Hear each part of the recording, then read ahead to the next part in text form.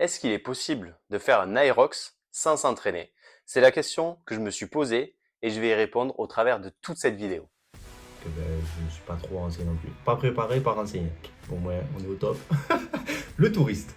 J'arrive ici, il y a. J'ai pas de nuit du coup, même. Et elle me dit, ben, je pense que ça va être compliqué parce que nous, on est blindés. À côté, je sais qu'ils sont blindés aussi. Donc, du coup, ben, essayez d'aller voir un petit peu quand même. Terrible. Vraiment, genre, terrible. Mais avant de rentrer dans le vif du sujet, je vais me présenter brièvement. Je m'appelle Alexis, je suis préparateur physique coach sportif et physiothérapeute. Mais surtout, ce qui me caractérise, c'est que je suis fan de sport. Et quand je vous dis fan de sport, c'est que je regarde tous les sports possibles et inimaginables. En ce moment, je suis tombé amoureux un petit peu du paddle. Mais j'ai vu une petite tendance sur les réseaux sociaux, sur les vidéos YouTube que je regarde de temps en temps, qu'il y avait une certaine hype autour d'une certaine course. Et cette course, c'est l'Aerox. Et là, vous vous demandez, qu'est-ce que c'est l'Aerox? Eh bien, je vais vous présenter ça assez rapidement. C'est une course de 8 km entrecoupée de 8 exercices. Les 8 exercices sont les suivants. Le premier, ski erg. Deuxième exercice, sled push. Troisième exercice, sled pull. Quatrième exercice, broad jump burpees. Cinquième exercice, rameur. Sixième exercice, farmer carry. Septième exercice, lunges. Et dernier exercice, wall ball. Et à la fin, vous avez une récompense que j'espère je pourrai vous montrer. Mais avant de passer à la suite, je vais vous dire pourquoi l'Aerox, c'est un petit peu en train de prendre une grosse hype. Déjà, ce qu'il faut savoir, c'est qu'il y a à peu près 10 000 participants sur chaque course, ce qui est énorme pour ce type de course. Mais du coup, pourquoi il y a autant de monde? Je vais vous expliquer un petit peu, vous allez peut-être comprendre deux, trois petites choses qui font que cette course a une certaine hype. Alors, n'en déplaise à certaines personnes qui font du CrossFit, mais l'Aerox est beaucoup plus accessible que le CrossFit. Effectivement, quand on regarde les exercices qu'il y a à faire, c'est très peu technique, tout le monde peut le faire. Donc, ça donne une certaine accessibilité à ce genre de course. Et surtout, ça vous demande d'avoir des qualités physiques assez complètes. Et je sais pas si vous avez vu, en ce moment, c'est la mode des hybrides athlètes. Alors, il va falloir doser un petit peu d'ailleurs sur l'athlète, mais peut-être que j'en parlerai sur une autre vidéo.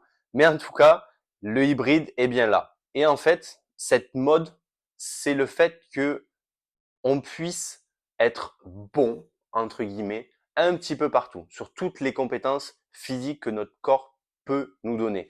Donc la vitesse, l'endurance, la force, etc., etc. Et je pense que ça plaît aux gens. Et surtout, le fait de s'entraîner de cette façon-là, c'est beaucoup moins monotone que si on veut faire du bodybuilding ou autre. Et en fait, ça se rapproche du CrossFit qui a eu une hype pendant une dizaine d'années et qui est en France maintenant un des sports assez reconnus.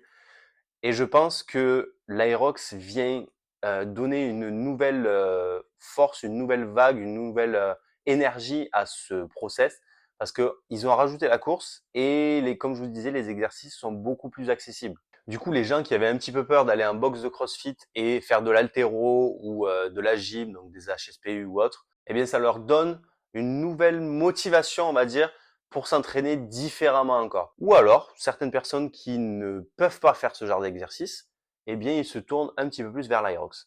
Surtout que l'Aerox a fait naître des mini-stars. Je vais vous expliquer. Comme je vous disais, il y a une certaine hype et on voit de plus en plus sur les réseaux sociaux ou sur YouTube des personnes affiliées à cette course-là. Et en fait, vu que la hype est en train de prendre de plus en plus, eh bien, du coup, les gens vont vers ça. Et je vais pas vous mentir, regardez-moi, je fais une vidéo autour de ça. Mais je vous avoue que moi, je n'étais pas parti pour faire une vidéo autour de ça.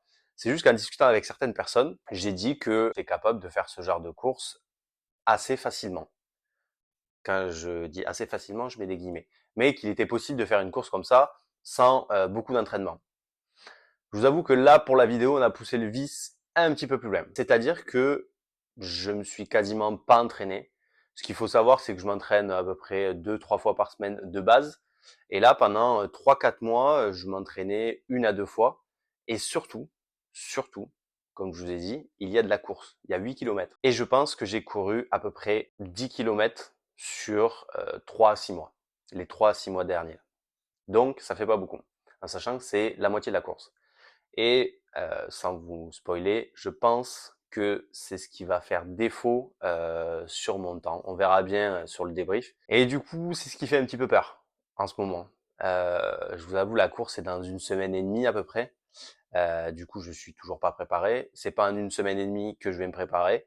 Et dans tous les cas, j'ai décidé de faire ce concept, on va dire, et de tenter ça. Mais je me dis que je peux me rattraper sur les exercices. Donc voilà, on verra bien comment ça va se passer. Je vous avoue que au jour J, aujourd'hui, donc on est à peu près à 8 jours, 9 jours, c'est un petit peu bizarre la sensation. Parce que je me dis que je pense que c'est facile, mais à la fois, plus je regarde des choses, plus je me dis, ça n'a pas l'air si facile que ça.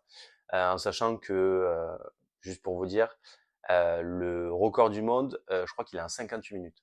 Alors on n'y va pas pour faire de record du monde, clairement, mais je me dis c'est quand même en fait très costaud. Parce que du coup, quand tu regardes les temps de course, c'est très haut. Enfin, c'est très haut. C'est très bas du coup, mais ça va très vite. Donc, je vous avoue, petite appréhension sur ça. Le dernier point que je voulais aborder, c'est ma catégorie. Ce qu'il faut savoir, c'est qu'il y a plusieurs catégories. Donc, en fait, vous pouvez le faire en duo mixte, et soit en open, soit en pro.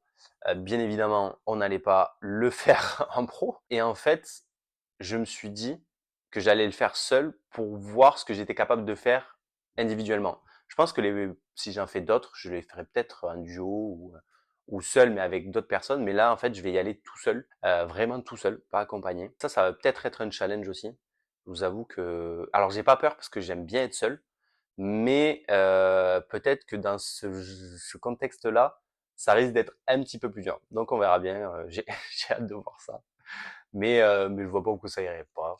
Genre, je pense pas que ça peut être une difficulté en plus. Mais bon, on verra ça d'ici quelques jours. Donc voilà, je pense que on verra comment ça se passe. Et j'ai hâte, vraiment j'ai hâte. Là, je commence à être un petit peu impatient parce que j'ai envie de savoir comment ça va se passer, l'ambiance, parce que j'ai entendu beaucoup de bien de l'ambiance aussi. Donc on va voir tout ça quoi. J'ai très très hâte et j'espère que ça va aller quoi. Allez, on se retrouve bientôt, hein. À dans 8 jours. J-2 avant la course. On sort de l'ostéo, je suis éclaté. Mais ça a fait du bien. On a fait un petit reset de tout ce qu'il fallait faire. Il y avait beaucoup de choses à faire en plus. C'était terrifiant. Petit cupping, mon dos ressemble à Tortank, sans le gros dos bien évidemment, mais on y vient, on y vient.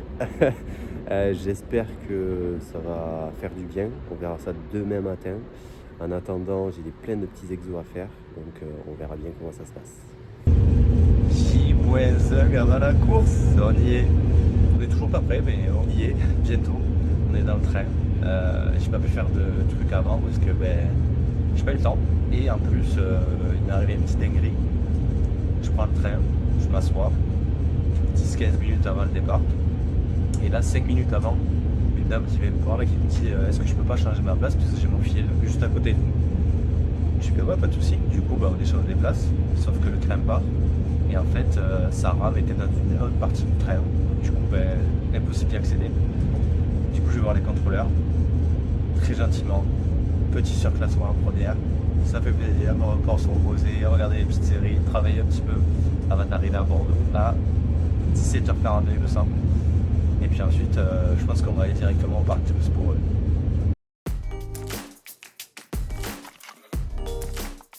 Bienvenue au parc des expos de Bordeaux. On va laisser enregistrer, vu que je passe tôt demain matin, mais je vous expliquerai ça après. Vu que je passe tôt demain matin, il faut que je m'enregistre assez tôt pour pas y être à 6h du matin. Voilà, je vous explique ça tout à l'heure. Et voilà, enfin arrivé à la chambre. Enfin. Il est 20h20. Enfin, j'ai voulu aller au resto. Des illusions, c'était blindé. Du coup, je me suis dit, je vais commander, c'est pas grave. On commande propre. On a commandé une petite salade. 17 € la salade. Ça fait un peu cher, mais bon, on n'avait pas mangé burger avant la course. Petit room tour avant que je fasse le débrief de cette journée. Et vous allez voir, il y a pas mal de dingueries. Mais en attendant, petit room tour. Ouais, déjà, je me suis bien installé. Petite salle de bain. Très sympathique. Très sympathique. Ça va prendre une grande douche. Ça, c'est moi. Ah, voilà, vous voyez. petit bracelet. Je vous expliquerai après. Le lit, ma foi. Attendez, on va faire un petit test. 1, 2, 3. Oh ouais, c'est confortable. Oh ouais, je vais trop bien dormir. Ça va être une dinguerie. J'ai déjà sommeil. Mais bon, allez, je vais vous expliquer un petit peu la journée. Ok, je vous explique un petit peu la journée. Du coup, j'ai pris le train à 14h à Paris. Je suis arrivé à 17h49 parce que la SNCF a toujours du retard, c'est très important. Du coup, 17h49, j'ai pris le tram, direction le parc des Expos.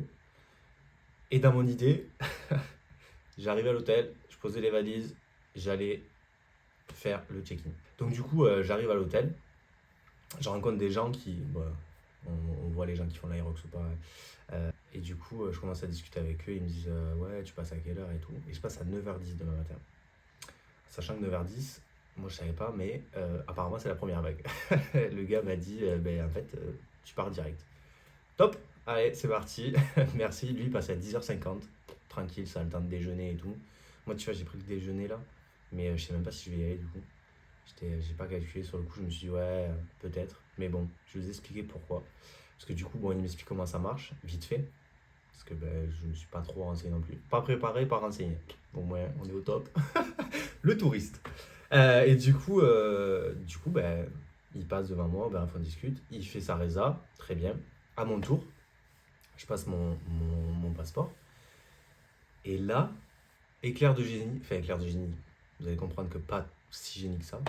Je dis à la fille, attendez, je regarde sur Booking, parce qu'elle ne me trouvait pas. Je regarde sur Booking, j'ai réservé pour samedi soir à dimanche soir. Voilà. Donc, j'arrive ici, j'ai pas de nuit du coup, ouais. Et elle me dit, je pense que ça va être compliqué, parce que nous, on est blindés. À côté, je sais qu'ils sont blindés aussi. Donc du coup, essayez d'aller voir un petit peu quand même. Du coup, je crois que j'ai fait 5-10 minutes de marche de plus. Je tombe sur un hôtel, je regarde sur Booking, voir s'il y avait des places, et il me dit, il reste 3 places, sauf que j'arrivais pas à réserver. Du coup, j'y vais, et la fille me dit, c'est bizarre, j'ai une réservation à votre nom. Du coup, alléluia, on a un lit, du coup, vous l'avez vu, mais on a un lit, heureusement. Du coup, je pose les valises, je trace direct pour faire la résa. Du coup, je vous ai pas filmé, il n'y avait pas grand chose d'intéressant. En fait, il y avait la queue, tout simplement. La piste, là où on va courir et les exos de main, c'était caché, donc on n'a pas pu voir. Du coup, 20 minutes d'attente pour avoir un bracelet. Ça, sur mon avant-bras, c'est mon numéro de dossard. Non, pas mon numéro de dossard, c'est mon numéro pour passer, quoi. Et une petite puce pour mettre à la cheville. Et voilà, on se retrouve demain. Wow. D'ailleurs, en parlant de ça, mon état actuel, fatigué, parce que le train ça fatigue un peu. Même si j'étais en first class du coup, c'était cool, mais un peu fatigué et en vrai un peu stressé, parce que j'ai vu plein de gens, et genre les 3/4, déjà les 3/4 sont sportifs je pense, après il y a des gens un peu lambda, mais je pense que c'est des gens, les 3/4 avaient des petits patchs, je vous en parlerai demain, mais quand je l'aurai peut-être, si je l'ai. Et il y avait plein de personnes qui avaient ce patch-là, quoi. Donc je me dis, c'est des gens qui se préparent pour cette course, ou qui sont préparés pour ce genre de course, et moi, pas du tout. Donc, donc ça va être très sympathique. Après, en vrai, j'y vais, et tant que je la finis, en vrai, je crois que c'est bien. Je pense qu'on va rester sur ça. Un petit peu de stress, un petit peu de fatigue, mais on va manger, on va se reposer, on va se coucher assez tôt, parce que demain matin, du coup, je pense que je vais me réveiller vers 7h, histoire d'aller vite fait prendre le petit-déj. Je pense que je vais prendre des réserves, en fait, et au pire, je mangerai là-bas. Et voilà, histoire d'être assez tôt pour pas louper le départ, quoi. Voilà. Bonne nuit. Petit update, juste, la salade est là, mais il n'y avait pas de fourchette. Du coup, j'ai demandé une fourchette à l'accueil. C'est une très bonne journée. On va finir sur ça. C'est incroyable. Bien le bonjour. C'est le jour J. Ça y est. Désolé, j'ai pas pu filmer avant. Je vous avoue, c'était un peu la course ce matin. En fait, j'avais prévu, comme je fais d'habitude, 1 heure pour me préparer, même un peu moins. Du coup, voilà. C'est pour ça que j'ai pas filmé grand chose, quoi. Mais on s'est levé à 7h. Petit déj, enfin douche, petit déj, réveil musculaire, comme d'hab. Et ensuite faire les bagages. Parce qu'en fait j'ai la chambre jusqu'à midi. Mais je me suis dit au cas où ça se passe mal, je préfère assurer, j'ai rendu les clés, enfin la carte. Donc du coup voilà. Comment s'est passée la nuit? Terrible. Vraiment genre terrible. Je pense qu'il y a des gens qui ont fait des rodéos à côté de ma chambre. Parce que toute la nuit j'ai cru que c'était Fast and Furious. Alors jusqu'à 1h30 du matin. Du coup pas dormi de ouf. Le lit était confortable. Mais bon, on n'a pas beaucoup dormi quoi. Donc bon, on va voir ce que ça donne.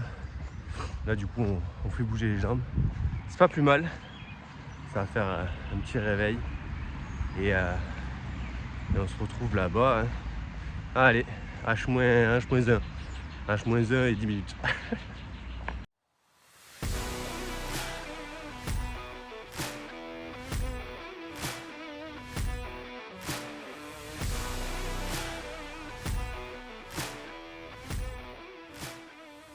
Ça a été dur. Ah, c'était pas qu'une ressemblance. C'était bien lui. Ah, tu prends un petit coup au moral. Genre vraiment, tu prends un petit coup au moral. Parce que en fait, ça a été le premier à avoir mal. Mais de toute façon, depuis l'échauffement, je sentais que j'avais une petite gêne.